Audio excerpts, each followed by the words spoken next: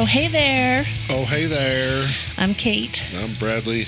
And this is the History Buffoons, the origin of weird. Welcome. Yes, welcome. How are you? I am well. How are you today? Doing pretty good. Excellent, excellent. So our origin of weird today takes place in the 1800s. Okay. 19th century. Yes. And we're going to say that you're a British official who is stationed. Wait. Are you implying that I'm not? You are stationed in Delhi, India. Oh, I feel like I would die there with the heat. And you are actually in a stuffy office. You're sweating through your heavy wool uniform. Oh, my God. You know me well enough. Could you imagine me? Oh, hell no. In this time frame, wearing the garments they had to wear for their military dress? Like, I think 99% of it was a fucking wool. Yeah. Because it was abundant and whatever. Yeah. And so on. That Sounds stuff awful. Oh my God. I would just be dripping. I am glad I was born in the time of air conditioning. Yeah. Unfortunately, the house we bought, no air conditioning. My car, just decided not to have air conditioning. Fucking hell. So as a British official, you are trying your absolute best to run a massive empire. Well, I mean, clearly, look at me. But there is a massive blockade in your way. Is it the people of India? I mean... No, it's the Indian cobra. Oh, why did... I'm just going to say this once. Fuck you. So, if anyone... Most people don't know, I hate fucking snakes. So does Nathan. I think they're an abomination to this world. Worse than spiders? Yeah. Spiders have legs. They walk around. I get it. They fucking just slither. I don't like snakes. I'm like Indiana Jones of the History Buffoons world. So. I've referenced him later. Oh, there you go. Okay, so these Indian cobras are absolutely everywhere. They're in backyard gardens. They're hiding under your porches and basically turning everything into an Indiana Jones adventure. In India. In India. So for the British, it wasn't like dangerous or anything, but it was embarrassing. Why? Right? Why was it embarrassing? Because they are trying to run claim on this country. Yeah. And they can't clear out the snakes, in the yards, right? So for centuries, Delhi was like this grand, wealthy powerhouse. They should have called St. Patrick. Why? He got all out of Ireland. All the snakes? Yeah. Did he? Yeah. I don't know anything about that. There used to be a lakefront brewery beer called Snake Chaser, which came out during that time for St. Patrick's Day and all that. Cool. Anyways. So by the early 1800s, the empire had fractured, leaving a massive power vacuum. So seeing a business opportunity, a private corporate mega monopoly called the British East India Company came in with its own private army, defeated the local rulers, and turned this legendary emperor into like a powerless puppet. Okay. So following the massive bloody Indian rebellion in 1857, the British government stepped in, kicked the corporation out, and took direct colonial control of the country. Gotcha. So, interesting. Even though their official capital was far away in Calcutta, the British knew that in the minds of the people, Delhi controlled India. Oh, really? So they set up shop in the historic city, determined to project basically British order. Sure. Only to find that they were infested with cobras. And how poisonous were these cobras? I didn't look into the poison. I'm going to look into it now. Are you? Because I assume that the majority of cobras are poisonous, I already right? knew that answer, too. They're poisonous. Well, I already knew that answer. It's written in my freaking notes that I read 3 hours ago. Okay. Carry on. So the government decided that they needed a fix, obviously. Yeah. Instead of sending out an army or hiring a ton of full-time snake hunters, they decided to let the free market handle it. They put a bounty on cobras. Cobra heads, like bring in the severed head of a cobra. You get basically, you get a nickel. Yeah, bring in a dead 5 pence. Yeah, bring in a dead cobra. Prove that you got rid of the threat, and you'll walk away with some money. Oh, okay. So on paper, it sounded like a win-win.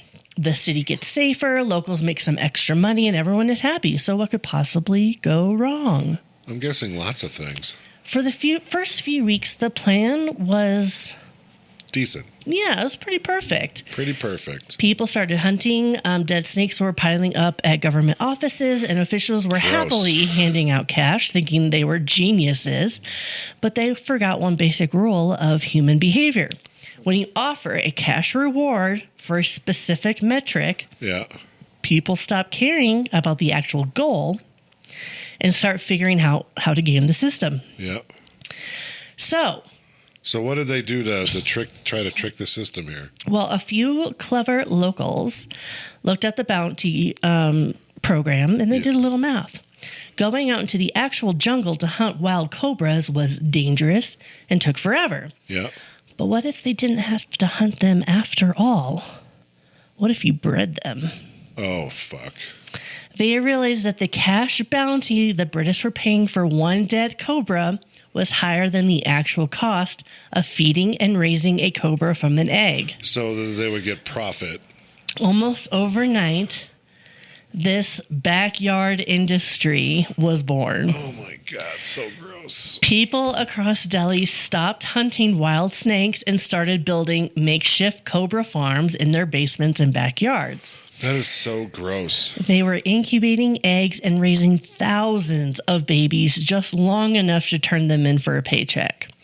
So was there a rule on the age or anything? Or No. was just a snake? Nope, a snake. A cobra, whatever. Yeah. You turn it in, you get paid. It's not like, well, that's just a 6-month-old one. No. Okay. So in total, from the moment 2 mature snakes mate, because they have to be a certain maturity. Of course. To the day that the babies hatch, it takes about 3 to 3.5 months.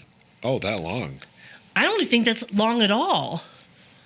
Well, I guess if you start staggering them, it's like, all right, we got 10 being born this month, 10 being born next month. Yeah. Do you have an amount that they were paid? No. That sucks. So months go by and the British Treasury starts looking at the numbers. The Cobra Bounty Fund isn't going down. It's skyrocketing. So they're writing massive checks week after week. And at first the bureaucrats were thrilled. Like, we're geniuses. This is working. We're getting shit done. Yeah. But eventually they noticed that they were paying to kill tens of thousands of cobras, but the streets were still completely crawling with them. That's so gross. So finally, an official decided to check out what was happening on the ground. He walked away from his stuffy office, and he couldn't believe his eyes. There were no brave hunters tracking these beasts in the wild. Yeah. There were just rows and rows of clay pots packed with thousands of intentionally bred cobras. Gross. The government finally realized that they weren't getting rid of the snakes. They were funding them. Yeah, that's so weird.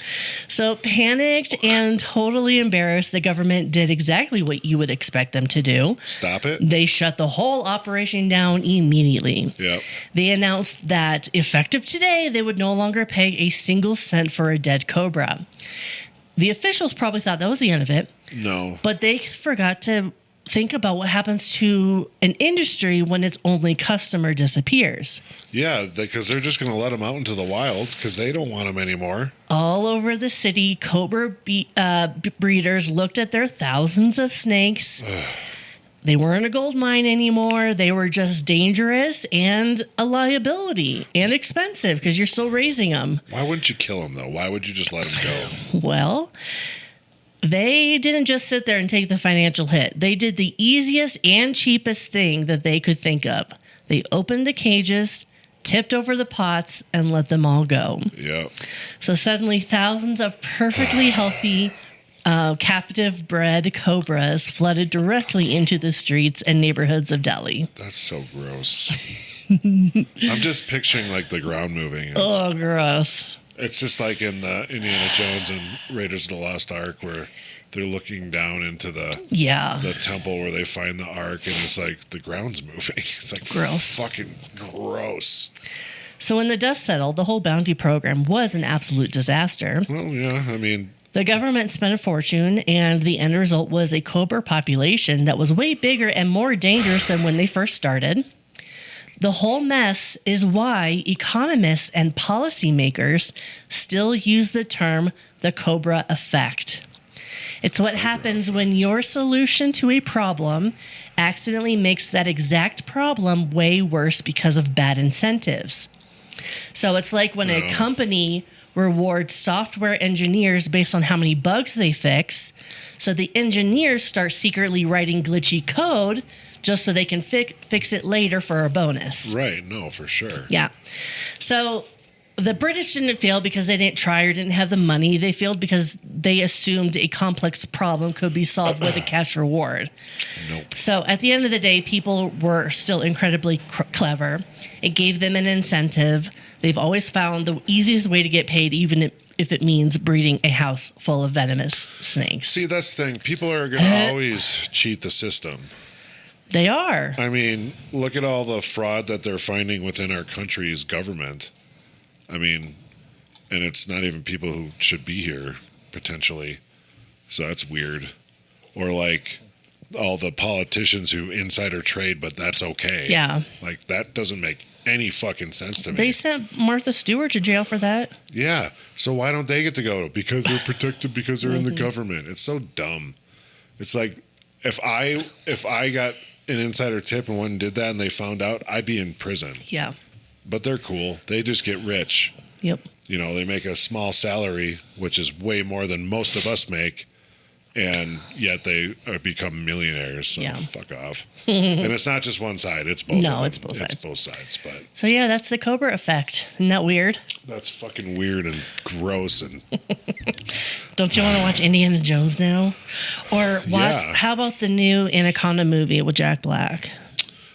Did you watch that? I did. What did you think of it? I forgot that. I know you said you watched it, but I don't remember if I asked you what you thought of it. I would give it a B+. Oh, okay. I mean, I like Jack Black and Paul Rudd, so yeah, it's interesting. There was one very much a laugh out loud moment, and the rest were just kind of chuckle worthy, like.